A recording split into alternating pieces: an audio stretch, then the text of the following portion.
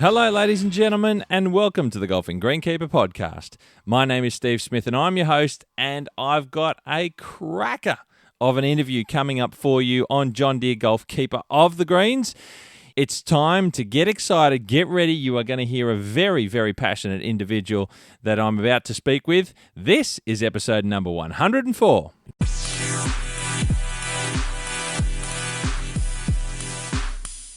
Ladies and gentlemen, John Deere Golf is a proud partner of the Golfing Greenkeeper podcast, and they are the proud sponsors of Keeper of the Greens segment. That's why it's called John Deere Golf Keeper of the Greens. You should know that John Deere is deeply committed to supporting women working in the golf and turf industries. The John Deere Women in Turf program helps create career pathways and build support networks to encourage greater female participation in Australia's prosperous greenkeeping sector. And that's something we're going to talk about this year a lot more. And I want you to make sure you're staying involved and stay following the Golfing Greenkeeper podcast and John Deere, of course. Now, the program, the John Deere Women in Turf program, not only provides invaluable professional development opportunities, but creates a sense of community among female greenkeepers, which is important in a typically male-dominated industry. This year is the third year Cobram Barooga Golf Club is hosting the volunteer program at the WebEx Players Series Murray River. Returning to the site of the program's successful launch in 2023, the John Deere Golf Women in Turf program volunteers have the rare opportunity to work alongside other women as they support Club Superintendent Terry Vogel and his team to prepare the picturesque course for the WebEx Players Series Murray River event. Now, I will give you a heads up. I'm actually going to be down there for the WebEx Players Series Murray River at Cobram Barooga, and I'm really excited about it. I'm looking forward to it. We're going to be recording a podcast. And don't forget, this Women in Turf program is a fantastic initiative and something that myself and obviously John Deere Golf obviously want to promote and get the name out there, because it's great to see more females getting involved, and we want to support them becoming greenkeepers across all of the wonderful parts of our country.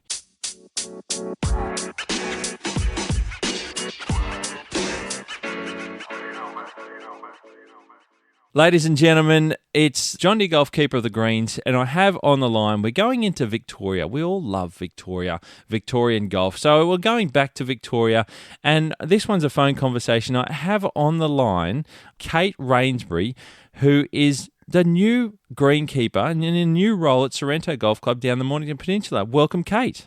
Thanks for having me. Thank you so much for joining in. Now, we'll just jump to this. You've recently gone from the Dunes Golf Club, which is a wonderful golf course, down to Sorrento, another wonderful golf course. Give us a little bit about what your role is there at Sorrento before we go back to the very beginning.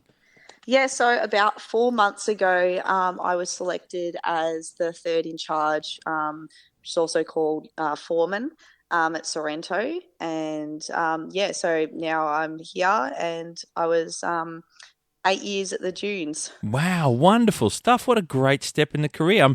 I'm looking forward to learning this one as we talk about your career in linear time. So congratulations on the new role. Very exciting for yourself, and that's what we want to hear. Pardon me as I cough and splutter already. We want to hear a bit about, a lot about your career. That's what this is all about. So look, before we dive, we always know, and a lot of people listening know that I start off with Steve's Super 7 questions. And I'm going to ask, have you ever been on a podcast before, Kate? No, I haven't. You did mention to me just before that you do like to talk a little bit, so probably Yeah. maybe I thought you might have already done that before this one. So we'll enjoy this one as we go along. So Steve's Super 7 questions for everyone listening is a little bit of fun.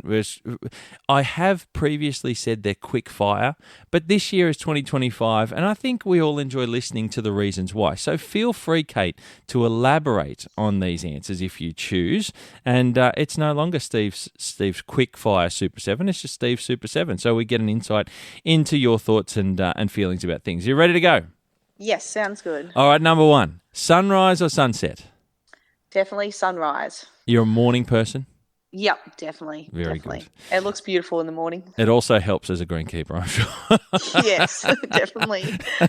Number 2, dogs or no dogs allowed on the golf course?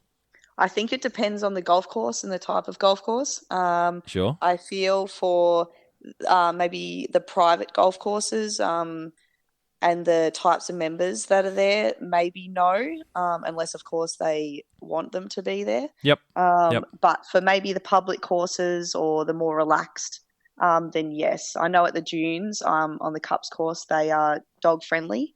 That's interesting. There you go. Yeah. That's cool. And not a lot of people think that. But yeah, so I think it depends. But, I love dogs and I've got a dog, so well, I'd say dog. that was where I was going to go, and it is horses for courses. Yeah. That's where I was wondering if you have a pup and if it's something that you personally might like to see. And more courses. There you go. The dunes on the Cups. There you go. That's very interesting. Yep. Very interesting. Number 3, stripes or no stripes on fairways. And I will ask you, I think we're apprehensive as to whether you're going to fall into the usual Victorian camp here.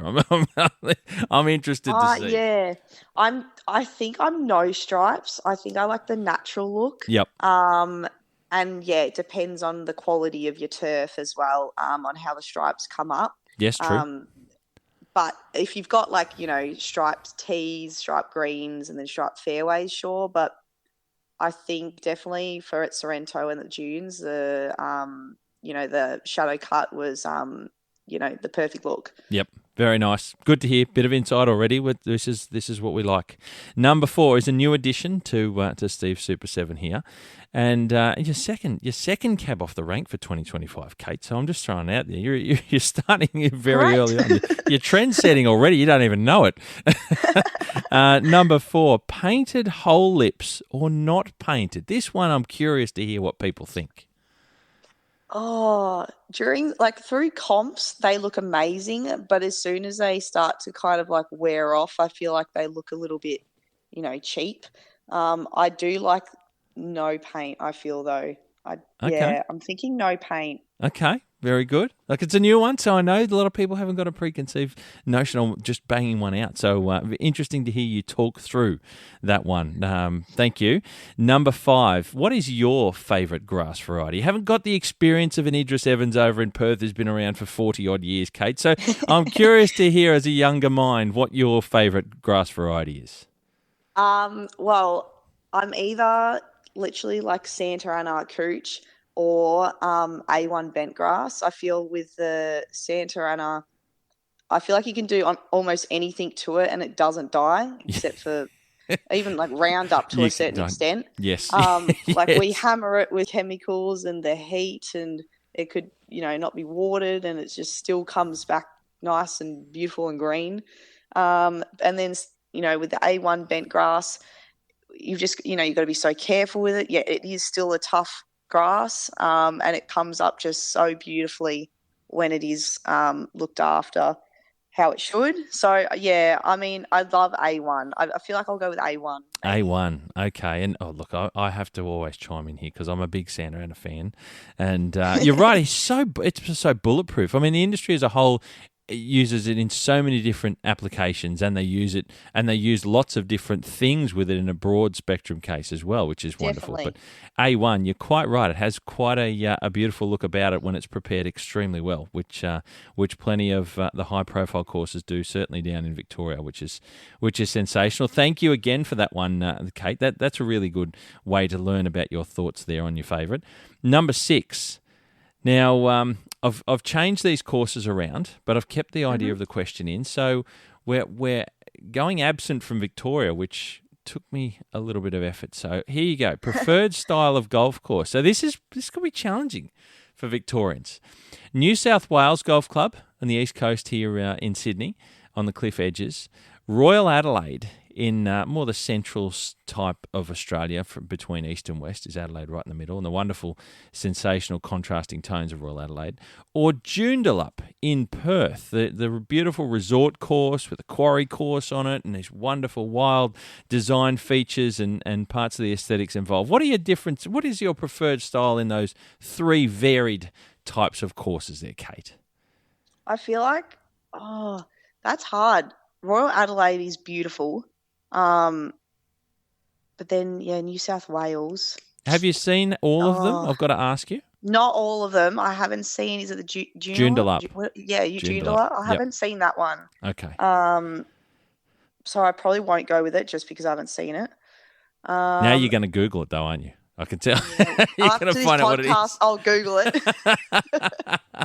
and then I'll probably regret my decision.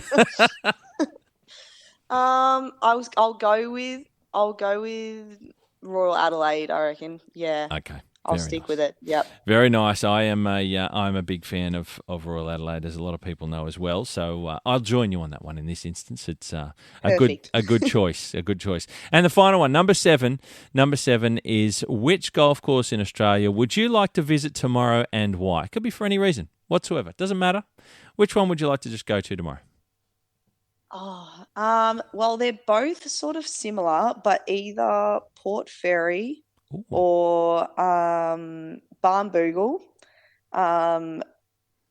My dad's played at Barnbougle and he showed me so many beautiful photos and he loves playing it. Yep. But I'd love to honestly just walk it.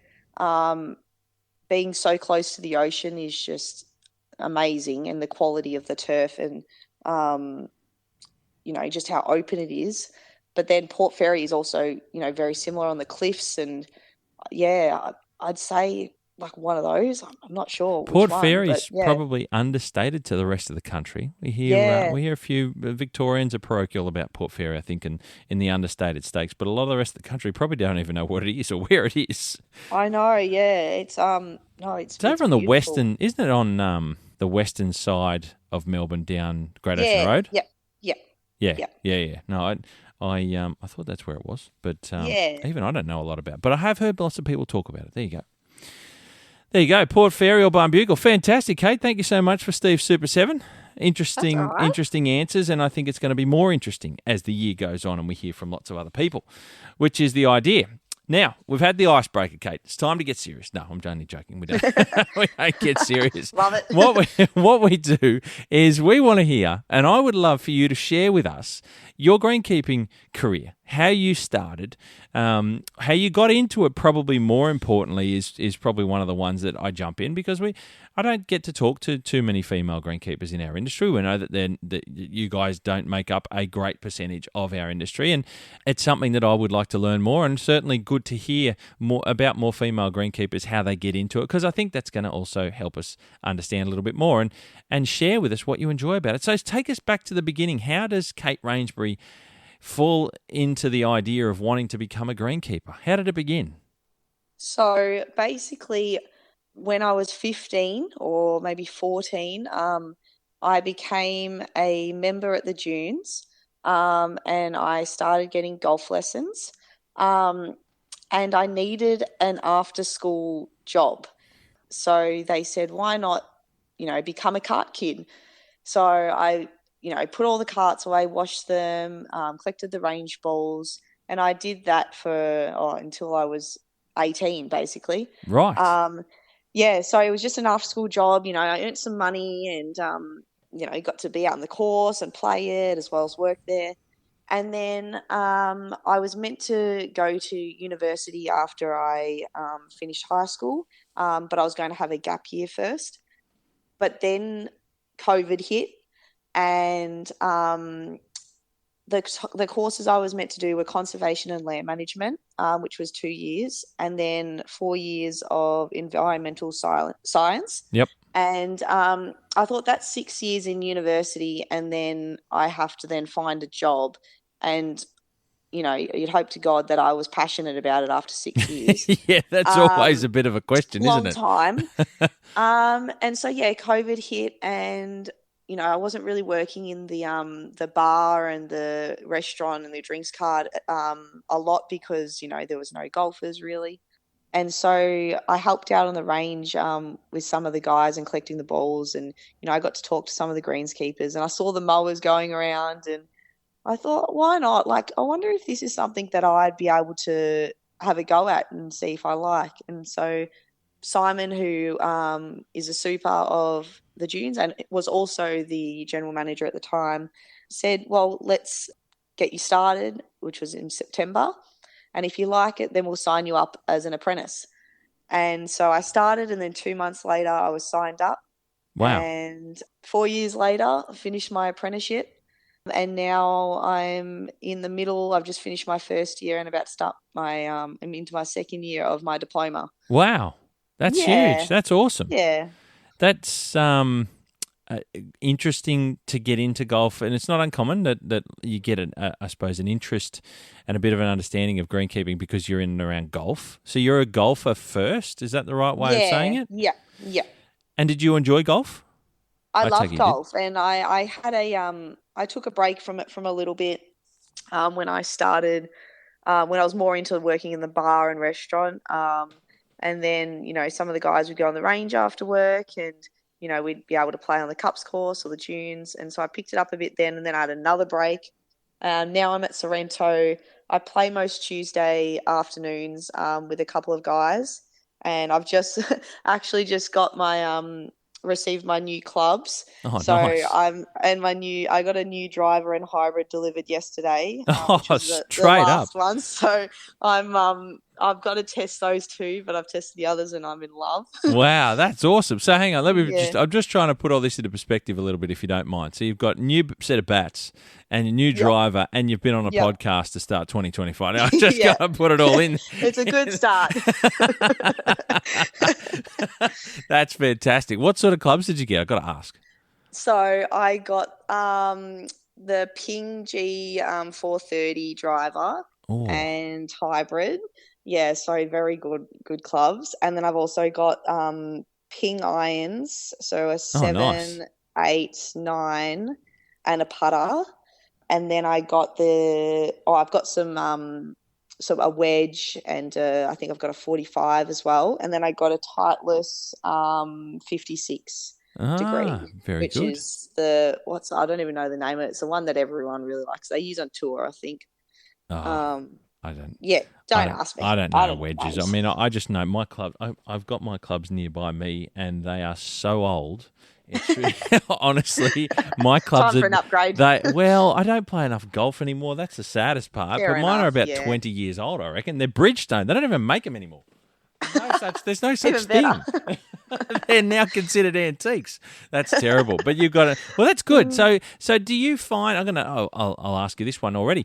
Do you find that having a bit of that interest in golf, and you play regularly, it helped you get into greenkeeping? Do you find it still helps you a little bit in your career? Do you look at things sometimes from a golf perspective? I don't know. Do you find it's helpful? I definitely do, and now definitely as I'm a manager, from the golfer's point of view, their opinions are very important to me, and how they perceive the golf course and how they like to play it. Because at the end of the day, we want to make them happy, and we want to encourage more players. So I'm always, like, when I'm setting up, I don't know, pins in the morning or mowing or anything, I'd always go, how would we play this hole? How are they going to go, say with this wind direction? And if the markers, like, you got to move them forward, if it's against the wind, I'm always, thinking from their point of view. That makes sense. And I suppose if you've been a golfer, or if you are a golfer, you kind of probably understand those things a little bit better. It's not to say that you can't understand it if you're not, because I know plenty of greenkeepers that are not golfers. Yes. That's neither here nor there. I was just curious, from a young greenkeeper who's been in your career for, like you said, what's that, 5, 6 years? Or 8. 8 years in total. Well, no, not 5. Yeah, about 5. I'd say 5. Since you're full-time engaged, yeah. So just seeing it from your perspective, and what that's like in a modern world. Lots of people have different opinions, like I said, have been around a while and so on, but it's always good to hear that insight. And tell us a little bit about the dunes. Tell us a little bit about the golf course in terms of its environment, a little bit of the, it's a Mornington Peninsula golf course. I've played it before. It's a magnificent golf course. But what sort of grass types are you looking after there? So they've got, their Cooch fairways, the Centre Anna. They've got their A1 bent grass on their greens, and then they've also got Cooch fescue tees. Oh, wow. Okay. And fescue rough. Okay. So it's a bit of a variety. Yeah, I don't know. I really enjoyed it. It's a links course, so it's very rustic, not perfect, which is really good when you're maintaining as well. Like, their bunkers aren't that really harsh, sharp edges that you get on, a lot of the really, really, like parkland, high-end courses. Yep. I really enjoyed working there. I learnt so much, and it kickstarted my career, and I gained a lot of opportunities there. A great platform to learn from. Was it a Yes, big team that you were yes. part of? Yeah. So I would say there was about maybe 17 people, Yeah, wow. 16 Okay. people. That were a lot of casuals. Yep. And then you'd have volunteers come in. But yeah, no, it was a good team. I made some friends, and there were no regrets there. Is there anything, well, it's a beautiful springboard that you've launched from there and now you're into management at Sorrento. I mean, it shows you what you're able to learn. And thinking about Exactly. that, what do you know, like can you pick off the top of your head maybe some of the things that you walked away from remembering that were the high points of your time there at the Dunes? To put you on the spot a little bit. That's hard. I honestly just What did you get a kick out of the was most there? just looking back and seeing what you produced at the end of the day, and just seeing how happy the golfers were. Yep. And when they were complimenting the golf course, and we look at something and we always want to make it better, but then they might look at it, the golfers, and go, "That's perfect how it is." We always we're wanting more and more and more as greenskeepers, but I liked just honestly looking back and going, "Hang on, this course looks great at the end of the day," especially when we're getting it ready for the Dunes Medal, which is the biggest comp of every year. Okay. And so seeing that all set up was honestly probably a highlight for me, because it's when the course is looking, pretty much perfect, and we put all our effort into mowing everything every day, basically. Yeah. So yeah, I'd say probably that. Yep. Awesome. Getting into the career of greenkeeping, and you mentioned that early start and the mixing with already working within the club. Socially, take a step outside of where you work. When you started to tell your friends that may not have been in that golf circle, what were their thoughts when you said, "Oh, hey, I'm going to become a greenkeeper now. I'm not doing the uni thing. I'm over here now, and I'm going to do this." Was anyone of your friends were they like, "Oh, what's that?" or is that surprising or anything like that? Yeah. I definitely, a couple were literally questioned, "What is a greenskeeper?" And I had to explain, or they said, "Is that a groundkeeper or something?" And I said, "Greenskeeper, greenkeeper." Yep. But Groundskeeper they were Willie honestly, from The Simpsons. there's so many different names. It's quite funny, actually. No, they honestly were they were very happy for me, and they were very excited, and they thought it was pretty cool that a female was, basically getting their hands dirty. Yep. But yeah, they were excited for me. They, obviously questioned what it was and what I do, and they said, "Is it you just mow, yeah?" And I said, "No, I love that no, line. I love it's that just." line. Every time they say it to me, I have to stop myself from justifying my position. Oh, it's hilarious. Totally. Is there something, and I do ask this question, and I'll ask it to yourself. I mean, the fact that your friends don't know what it is I find that, because it's a very underappreciated job. It's something that flies under the radar because we're not out there to be in people's faces. That's the idea. Is there anything that we can do maybe to how do we get out the name of our industry a little bit better to outside those circles? That's a hard thing to do, right? I feel like we do it pretty well. Okay. But the golf is a huge sport, and there's a lot of money involved in it. And it's always on the TV.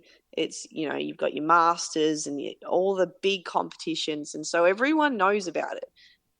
But you'd wonder, surely they know that somehow the course has got to get to how it is. So as greenskeepers, you go, "Yeah, that's us, by the way, that's us." Yep. I feel like we're advertising, in schools.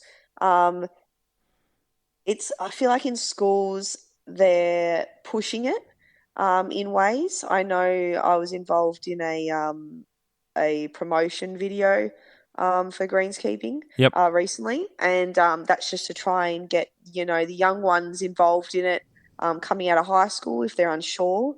Okay. of what they want to do. That's cool. And I thought that was a really, really great idea, and I was really happy to be involved in it, especially for the females as well, seeing how it's a male-dominated industry. Yep.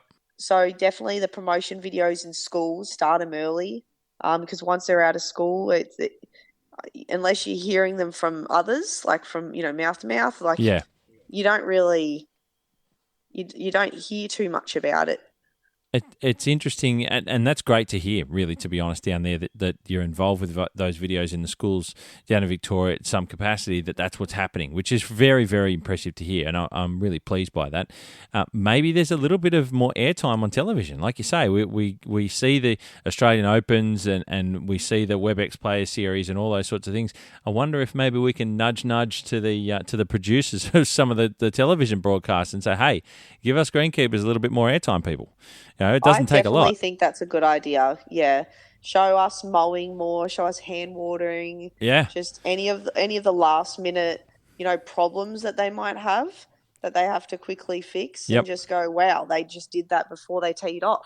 That's amazing. I'd love to be a part of that. It's funny. I liken it a little bit to cricket because I love watching my cricket on TV as well, or going to the games. And in the television broadcast of years gone by, certainly on Channel 9, of course, was they would show that the grounds team, they'd be pulling the covers off, or there'd be slow-mo little promo in the lead up to the broadcast where they show them pulling the covers off, rolling the pitch, setting up the stumps, and all the ground all stuff. The exciting things, yeah. But they make it emotive when they do it because it's as part of the TV production. These are the experts that create this stuff, and I'd love to see some of that brought out more in the golf. When day one of the Australian Open, showing that slow-mo prep in the early morning light of getting the dew off for greens with a first stripe on a green colour, something like that. I think it'd just be awesome to see. And that's the sort of changing in everything. Setting the pins. Just setting the pins, how they do it, because people always ask me, how do you change a hole, or what are you doing? They look at the hole change and go, what is that? What is that contraption? I said, I will show you. Exactly right. No, that's great to hear the stuff about the schools. I'm really, really pleased and impressed by that, which is good. And you're involved with that, which is even better. Yes. If you don't mind me asking, what did your parents think?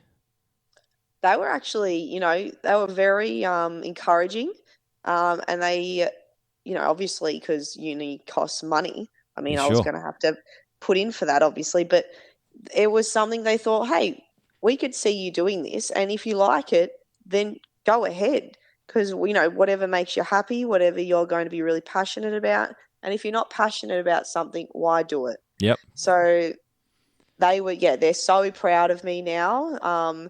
They were really, really excited when I found out that I got the promotion, or the job at Sorrento, and my nan was about to start crying. And that's fantastic. Everyone's always just saying how proud of me they are and how a huge step it is for me. Especially I'm turning 24 in a couple of months, so I'm still quite young. Yeah. So to be at that level already, I'm proud of myself. Yeah, and that's a big thing, to be right? And that's huge for me. But so they were really stoked, really happy. That's awesome, and to hear that in your voice, you can hear you talking about that your family are proud of you, and also that sense of self pride. That's not something that we often get, but if you do get that from this career, that's really promising and pleasing to hear as well. And hats off to you for the hard work that you've put in, working at the Dunes, being more competent and going through your qualification to the point where you were able to apply at Sorrento and take that next step, get the gig, say, you get the nod, you're coming into the team. Very, very awesome things to be proud of, and certainly that self-pride is something that it carries you well in any working career, and that's great to hear from yourself. So thank you. No, well done. Tell us a bit about Sorrento now. You've made that move from the Dunes across. Is it far from the Dunes? I'd never got down that part of the Mornington. So no. It's only about 15 minutes or so. Okay, so that's not a not big far. deal. You didn't have to 10 move minutes away. from my house. It's great. Oh, it's even better, right? Even 3 no minutes traffic. longer than it was at the dunes, actually. So a little bit longer. No Melbourne traffic to deal with, so you're not heading up that way Thank God. into the big smoke. So, tell us a bit about Sorrento. How you got? What was it like applying for that job? It's a big deal to go through an interview process for that type of thing. Yeah. It was a big deal. How I actually got the job was Simon, who was my boss at the dunes. The job came up on Facebook, and he saw it, and he thought I was next in line to be foreman at the dunes, but there was no room at the time, and I was going to be there for a while without basically moving up because there's already 2 foremans. Yep. And so Simon thought, I can see you becoming foreman. I really want you to get there, and we don't want to, hold you back. And I really wanted to become foreman, and I wanted to step up to that next level. So he basically said, if you want to go for the job, I will support you. And I thought, all right, this is a perfect opportunity. It's definitely a lot more comforting knowing that your boss is encouraging you and isn't, holding you back basically from improving, your career. Yeah, yeah. So I sat down for an interview. I got, I sent my application through, my resume and a reference from Simon, and I got accepted for an interview, which I was very excited about, even if it was just an interview. Yeah. And I went and met with Shane, the super at Sorrento, and Patrick, the general manager, and Amy, who I believe she's in the HR department. And I was so nervous going in because I hate public speaking, kind of. Even though I love to talk, I still get nervous. But I think I was most nervous about the fact that I really wanted this job, and I'm so passionate about this industry that I didn't want to disappoint. Yep. And so, I went into the interview. It went for about maybe 45 minutes or so. Yeah, right. Long interview, but I felt at ease, and I walked out of there knowing I couldn't have done any better, which made me so happy. Yep. And then I'd say maybe I think it was 2 days later, I got a phone call, and it was before a long weekend. So I was pretty stoked because I was like, cool, got some days off, blah, blah, blah. And then I get a phone call, and Shane said I got the job. Oh, wow. And I was just standing there outside. I'd just woken up. Literally, I was in bed. He called me. I got up and walked outside, and he told me, and I just had the biggest smile on my face. And I was in shock, pure shock that I got it, because I thought, I don't know how many people have gone for this job. I don't know the qualifications they've got, how long they've been in the industry for. Sure. And adding to that I'm I'm a female. It's just one other female that's now stepping into a leadership role that I thought, awesome, this is great. But I was so stoked, and then I automatically called my parents and everyone, and it was amazing. No, mate, that's great to hear. What a great story to sit and listen to you go through that blow by blow. It's really, really fantastic that you scored the gig, and the way you got it. They're all learning steps along the way, right? And they're all out of your comfort zone. You've got to go through it to get to that next step in your career, and they're also life learning steps. That interview process in front of a panel of people. It's not talking and chatting with your mates, like you said, which, we can all sit there and do that with our friends. But when you formalize it, and it's something that you said that you really wanted to make that next step into, there's a lot on the line. You don't want to be disappointed. You put your best foot forward, and you go into those sorts of arenas with positive nerves, but they're nerves nevertheless. And like you said, you walked out, you knew you'd done everything you could. And then to get that phone call is just one of those unbelievable moments in, I think, anyone's life when they get that. It's not because you're not a kid anymore. You're not, and I say that like trying to get in your first job. This is a first real job out in the deep blue sea, away from, that where you were brought up as an apprentice, if that's the right way of saying it. Exactly, yeah. Like I got there like on my own.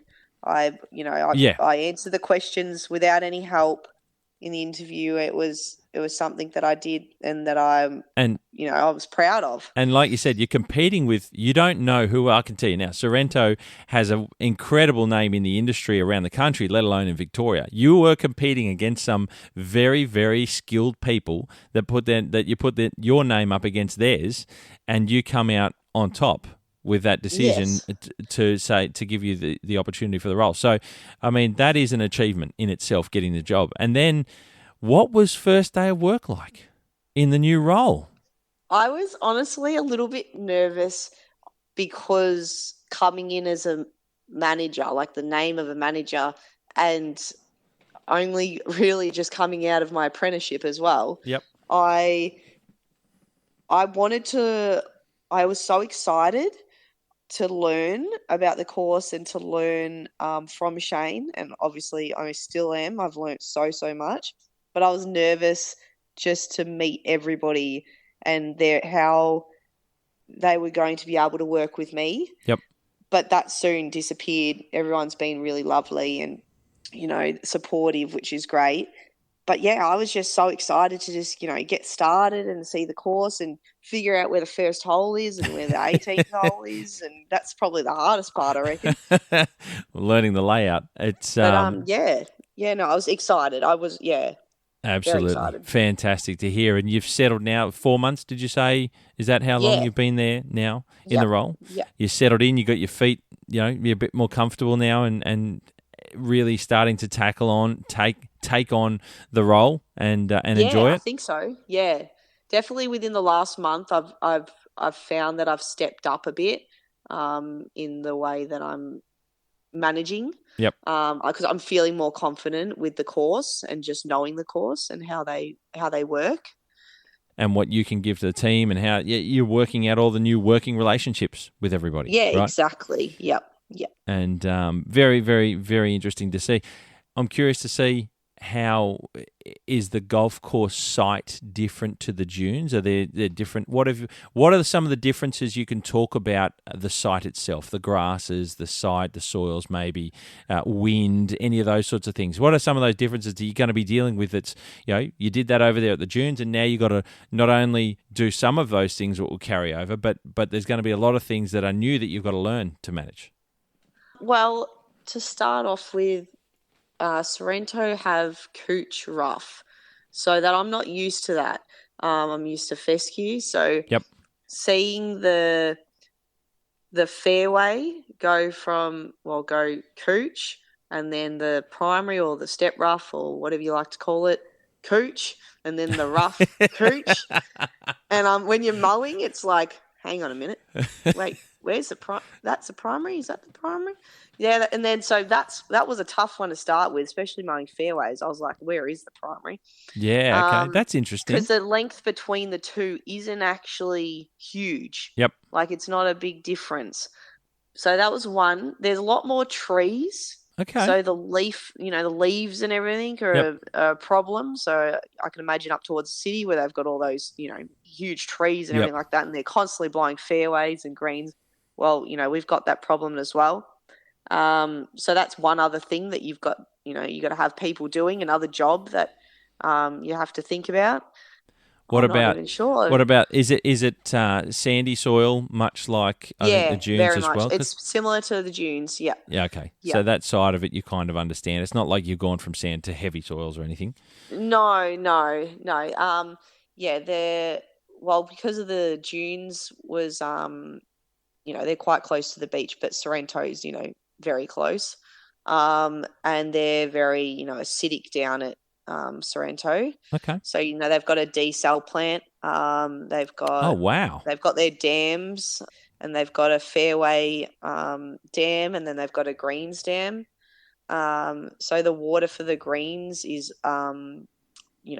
basically drinking water because of how clean it's got to be for the grass. The fairway, you know, they're both pretty good because of the decel plant. Yep. But the greens is definitely the cleanest. So even just when so say if I have to put in a sprinkler, I can't have it on 360 because I can't let that surrounds or fairway water hit the bent. Right. There's because something it will interesting. affect it. Yeah, sure. Yeah, so that's all the little things that I've noticed that I actually really like because it's, you know, it tests you and it's different.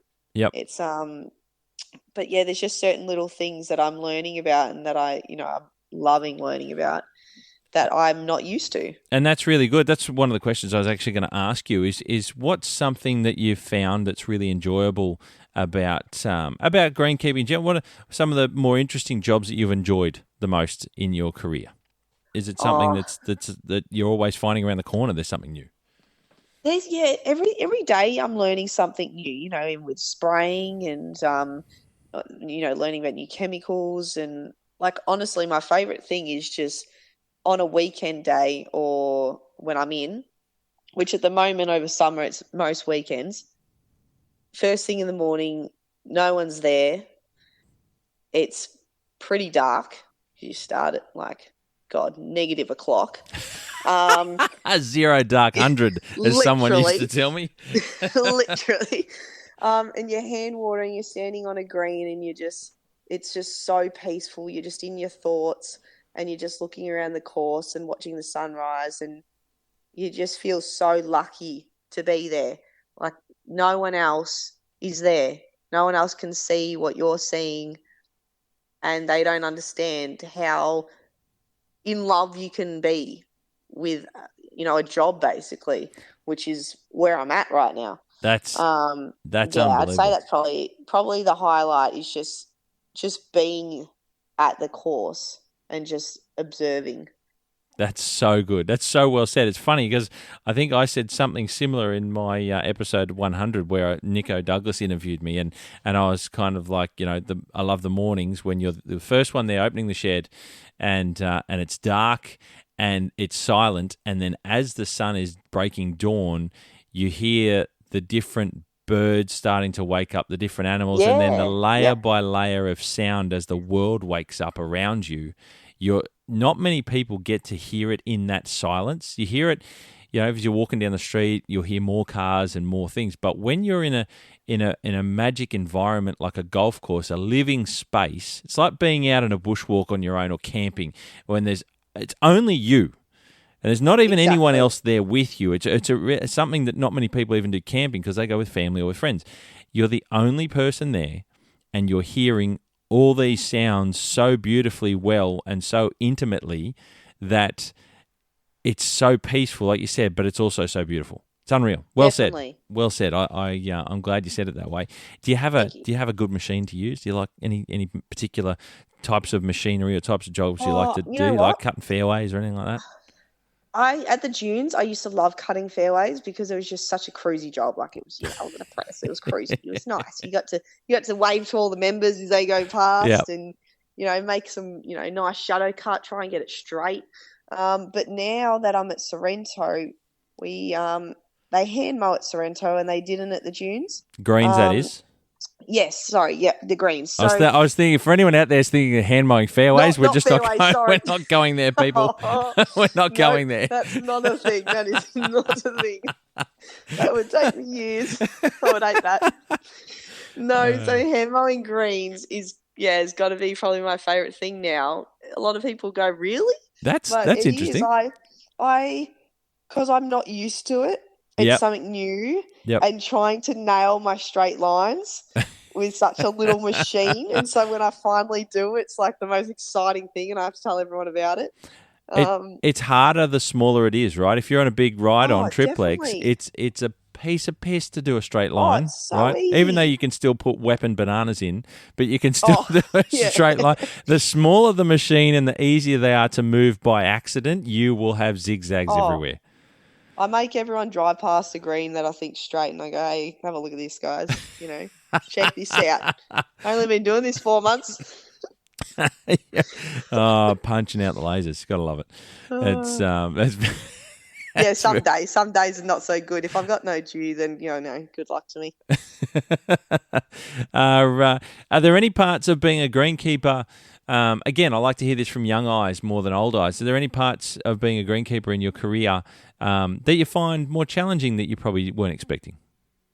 Well, definitely, I'd feel like stepping in. Well, it's not challenging for me because I love my job, so I feel like not a lot of things are challenging. It's more just learning and trying to remember everything that I'm learning, because I'm that type of person that doesn't want to stuff up or disappoint people.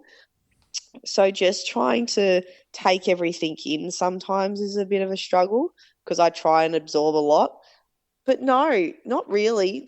No, like stepping into a manager's role, I knew it was going to be tough, and a big workload, and I was ready for that. Obviously, I hadn't had that full experience yet, so when it did come, it was a little bit of a shock at the start. Yep.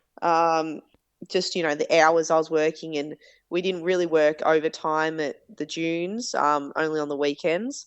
So now coming in and knowing that I can finish my job and then coming in on the weekends and working, like I think I worked 11 and a half hours yesterday. Yeah, right.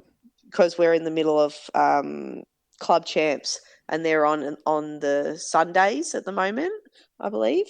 Yeah, okay. So we're up to we just had the quarterfinal yesterday.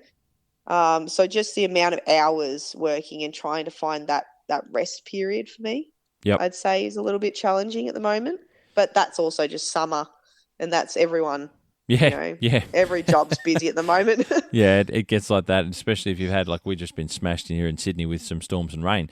And that brings with it the other challenges, but I know that you guys have been dealing with a bit of heat and dry stress and that sort of stuff in the last few weeks, certainly over Chrissy New Year as well. And they're the summers that greenkeepers have to deal with, and that's the gig, I think, is the other way of saying it. It's part of the job. Yeah. It's what you sign up for. Yeah, and if you go in eyes wide open, it makes it a little bit easier to do that. Exactly. But you know what? I'm just going to go back to it. I'm going to highlight it for people in case you didn't notice how passionate Kate is about her job. I don't think I've really heard anyone speak. Should I say it again? Why not? I mean, part of talking to you is me getting an understanding of what it's like for a female to come into our industry, but also for the audience to understand that. But for people to get a change in their mindset and say, because, hey, I've got a daughter. Savannah's 4.5 years old, right? She doesn't know what she wants to do in her career just yet.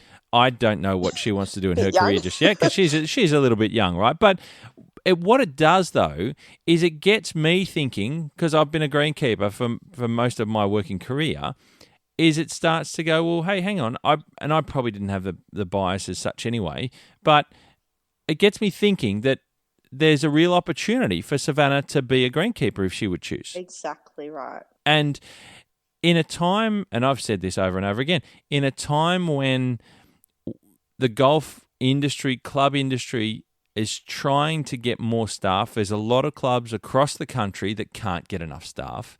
If you have a bias to shut out 50% of the workforce, I think you're a fool. So in a time when we need labour, in a time when our industry is crying out to have more people applying for jobs because they're not getting applicants, I want parents of young girls and teenage girls to say, hey, there might be an opportunity in a greenkeeping career because, we've got 3 or 4 golf courses around us and I've seen that there's plenty of ads going around. Just to have that mindset that it's an opportunity for work, for a career, not just work. Because here you are talking to you, passion rubs off, right? I'm hearing your voice in it. It reminds me a little bit of myself when I was young. I would just do whatever it took because I loved it and I loved being outside and working on a golf course, and I was a golfer.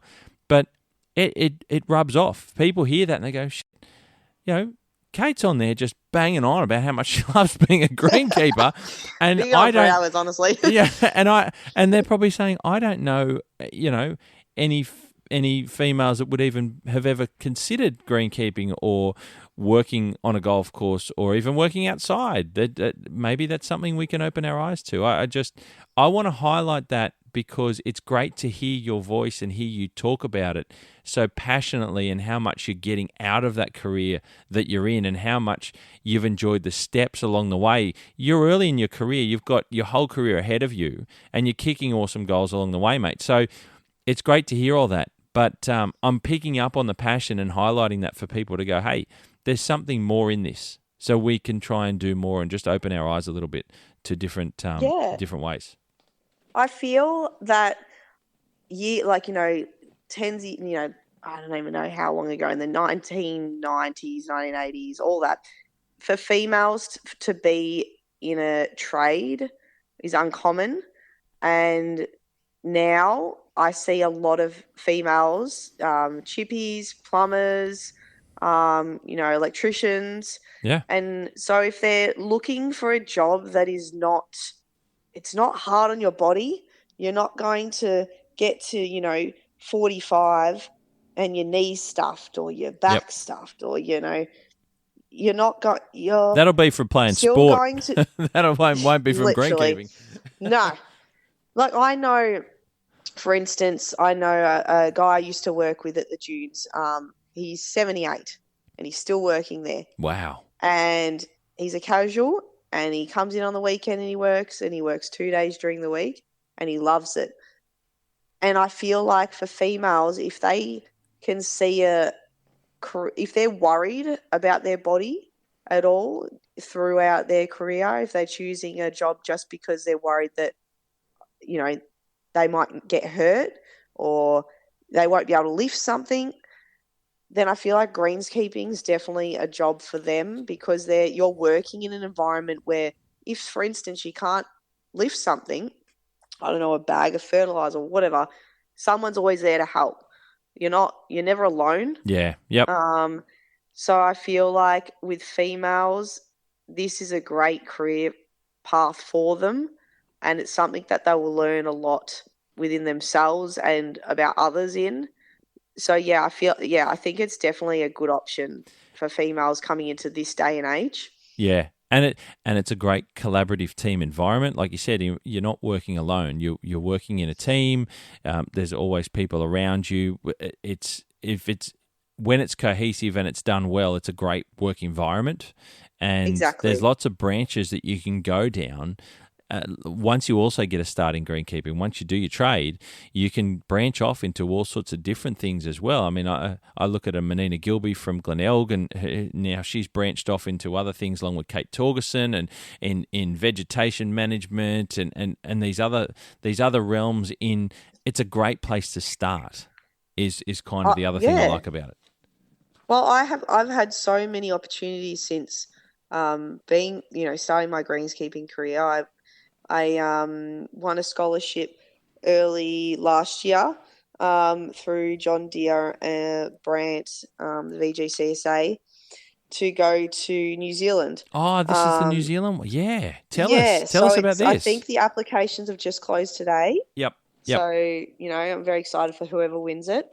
But I was chosen along with two others, Darren and Nick, to go to New Zealand and stay or work at two courses for about a week. So Tiarai and Tairiti. Just name dropping much? North Island. Just the big courses. It's fine. Just name dropping. No worries. No, I honestly, but you know what? I'd never heard of the courses before I applied. Yep. Because I'd never been to New Zealand and it was on my bucket list, but then the golf side of thing wasn't on my bucket list just because I really wanted to see New Zealand itself. Yep. And so when I found out about the application and I looked up the courses, I was like, holy cow, these aren't, crap courses. These are actually, they're actually all right. They're only a couple of the best on the planet, don't worry. Just the top courses. I went there for a week. Got to work with a great bunch of guys. Their turf is both courses, all fescue from tee to green, and it is kept to immaculate, condition. It is stunning. Tairiti is a very, very, very, very exclusive course. It's the rich of the rich that get to be a member there.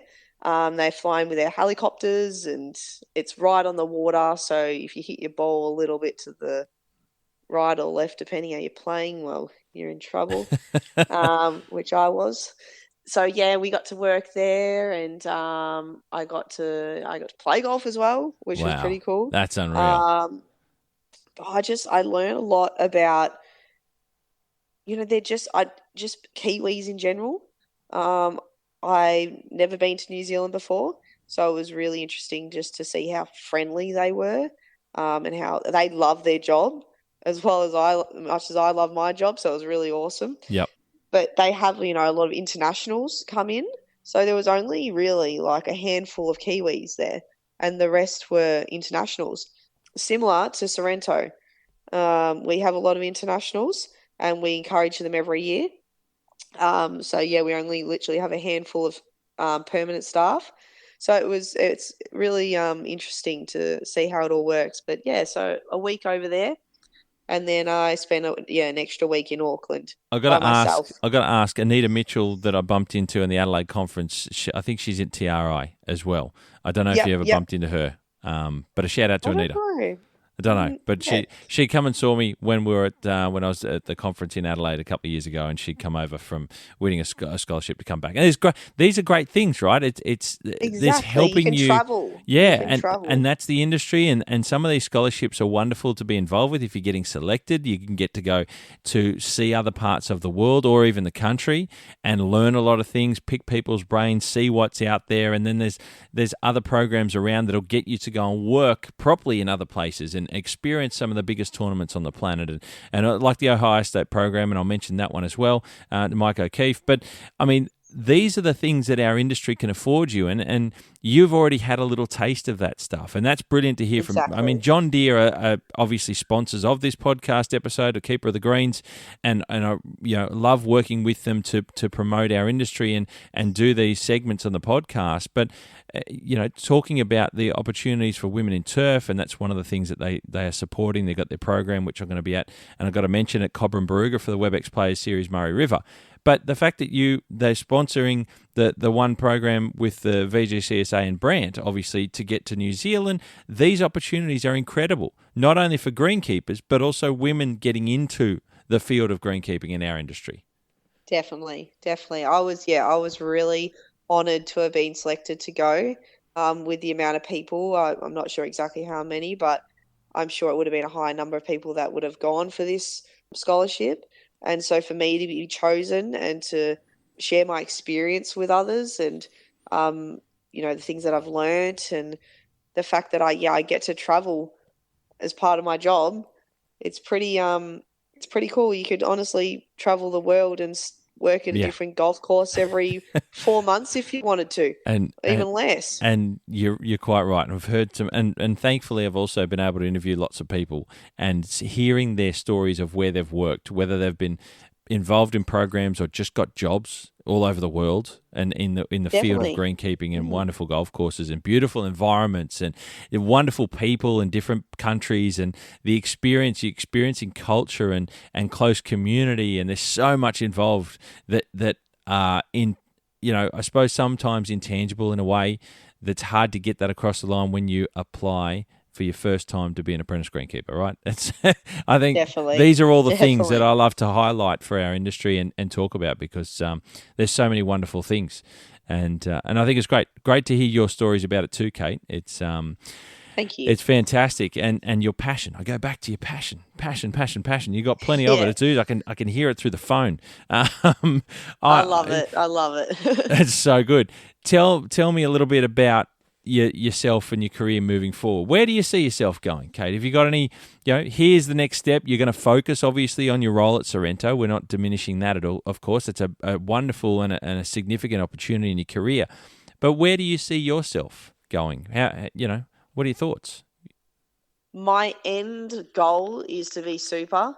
Don't know when that will be, obviously, but I will be at Sorrento for quite a while, I can already tell. Yeah, right. I love the course. I love the people, and Shane and Bryce are amazing bosses, and they've got so much time for me, and they're teaching me a lot already, and they're great, role models to learn off. So I'll obviously be there for a while, and then who knows what will happen there. If anyone leaves or, I don't know, retires, who knows what they're going to do. Might take over their role.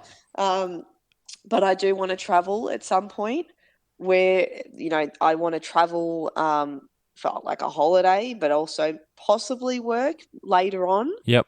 But yeah, superintendent is definitely the end game for me. That's the big ticket item. Yeah. Tick that box. That one's coming. You're hunting it down. It's coming. It's on the fridge. That's it. It's at the top of the goals list. That's something that we want to do. Thinking about your career, is there anything? I suppose I'll give you an opportunity. I'm, again, curious to hear it from someone who's gone through it in recent years. Is there anything in our industry you think can do better to get more women to consider greenkeeping, or have we kind of hashed over that a little bit? I mean, it's a specific question, and you've gone through stuff and you've seen things and you've been involved in programs. Are we on the right track? I think we are, and I feel like just the more and more women we get in, the more comfortable we're going to be in the industry and working in the industry, seeing how, say for instance, I'm the only female at Sorrento, and I was the only female at the dunes. I mean, we had there's two casuals there that have been in the industry forever, and they are amazing. But I find that my best friend, she is at the National. And oh wow, that's cool. Yeah, so she loves it as well. You got to mention her name. You can't just say she loves it. Who are we talking about? Amy, if you can hear me, hey. But she loves it, and we did our apprenticeship together. Okay. And so we play golf together, and we've made so many friends in our time in the industry. So I feel like just making friends and seeing, maybe they might want to try give greenskeeping a go. Like, some people might not know what they want to do. Some people might be stuck in their 9 to 5 job, or working at, I don't know, a cafe, or I don't know, Woolworths, inside. Yeah, I knew I didn't want to be working at a desk. That was one thing, and one of the main reasons why I chose greenskeeping is because I did not want to end up sitting down. Yeah. Okay. I hate sitting down. You're an active, and I hate being person. Indoors. Yep. Yes. 2 crosses. So if anyone's active out there, get a tan. Wear sunscreen though. Talk to Sophie Warren about a sock tan. Talk to me about a sock tan. Sophie, we've got the same problem, darling. I remember when bad. And it's great. It's really bad. It's great to hear 2 passionate young greenkeepers, and obviously yourself and Sophie Warren, who I not so long ago, at the end of last year, interviewed on this John Deere Golf really Keeper. Lovely girl she is. And it's great to hear the passion. It's great to hear what you guys, your energy behind it, and what you're getting out of it. And there's good things about hearing female voices in our industry, and I like I said, for me, it's in my part, it's learning more and talking to people, and your passion is as good as the other apprentice that I've spoken to, that's local to me here, and hearing them talk about their job and that they're a young male in the industry, and you go, well, a young female has as much passion about greenkeeping as a young male, and this is fantastic to hear. The opportunities are there, and sometimes I wonder if we're trying to see too hard into things, and we're hoping that we're creating that. But hearing it from you, who's in the thick of it, it's actually there. We're not making this stuff up. This is coming straight from your mouth to hear these things. Yep. And when you've got people backing you, it helps a lot. If you've got people doubting your decision and doubting, or basically telling you, no, greenskeeping is not the way to go, I feel like if you've got a supportive group behind you, that's going to get more females in the industry, because I think some people might be against it with, females in trades. Yeah, sure. So I feel like the more support we have from men and other females, then the more that will will encourage to come into our industry.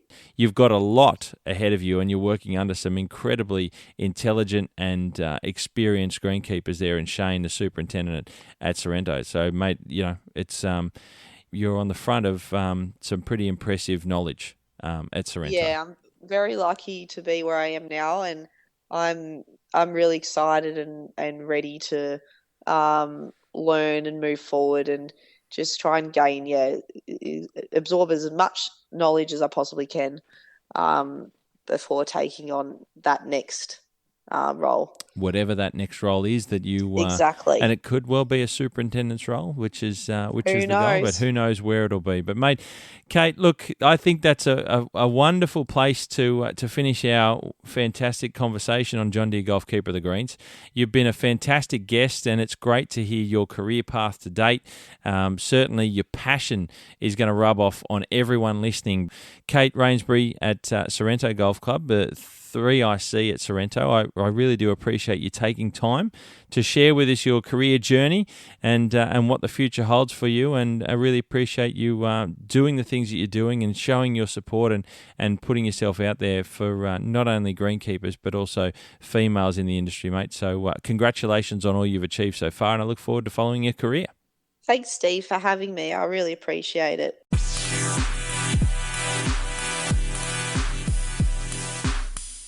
Well, there you go, ladies and gentlemen. How good a person and how passionate a greenkeeper is Kate Rainsbury down there, 3IC at Sorrento Golf Club down the Mornington Peninsula in Victoria. Fantastic. Thank you to Kate for coming on to the podcast. It took us a little bit toing and froing. She lost her voice and been a little bit crook, and we eventually got there to be able to bring that to you, ladies and gentlemen. Now, what a career. Kate is absolutely one of the most passionate young people I've ever spoken to as a greenkeeper, and she has got the greenkeeping world at her feet. She's going to go places with passion like that and energy like that, and I wish her very, very well and all the best in her future greenkeeping career, which I look forward to following as well. So congratulations, Kate, and thank you for joining me. Ladies and gentlemen, don't forget to check out the show notes. There's going to be lots of clickables as always in the show notes. Please make sure you leave a review. I like a review. Reviews are wonderful, and I say thank you in advance.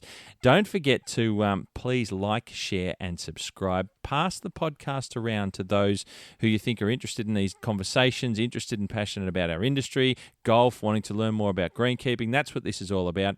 Thank you to John Deere Golf for supporting and partnering with the Golf and Greenkeeper podcast, so I can bring to you John Deere Golf Keeper of the Greens.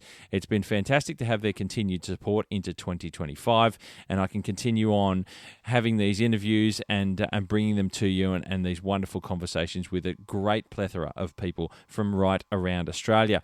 So make sure you check out deere.com.au and see how John Deere can help you when you're looking into how you can improve your machinery and look after your sports turf, no matter where you are, particularly on golf courses, of course.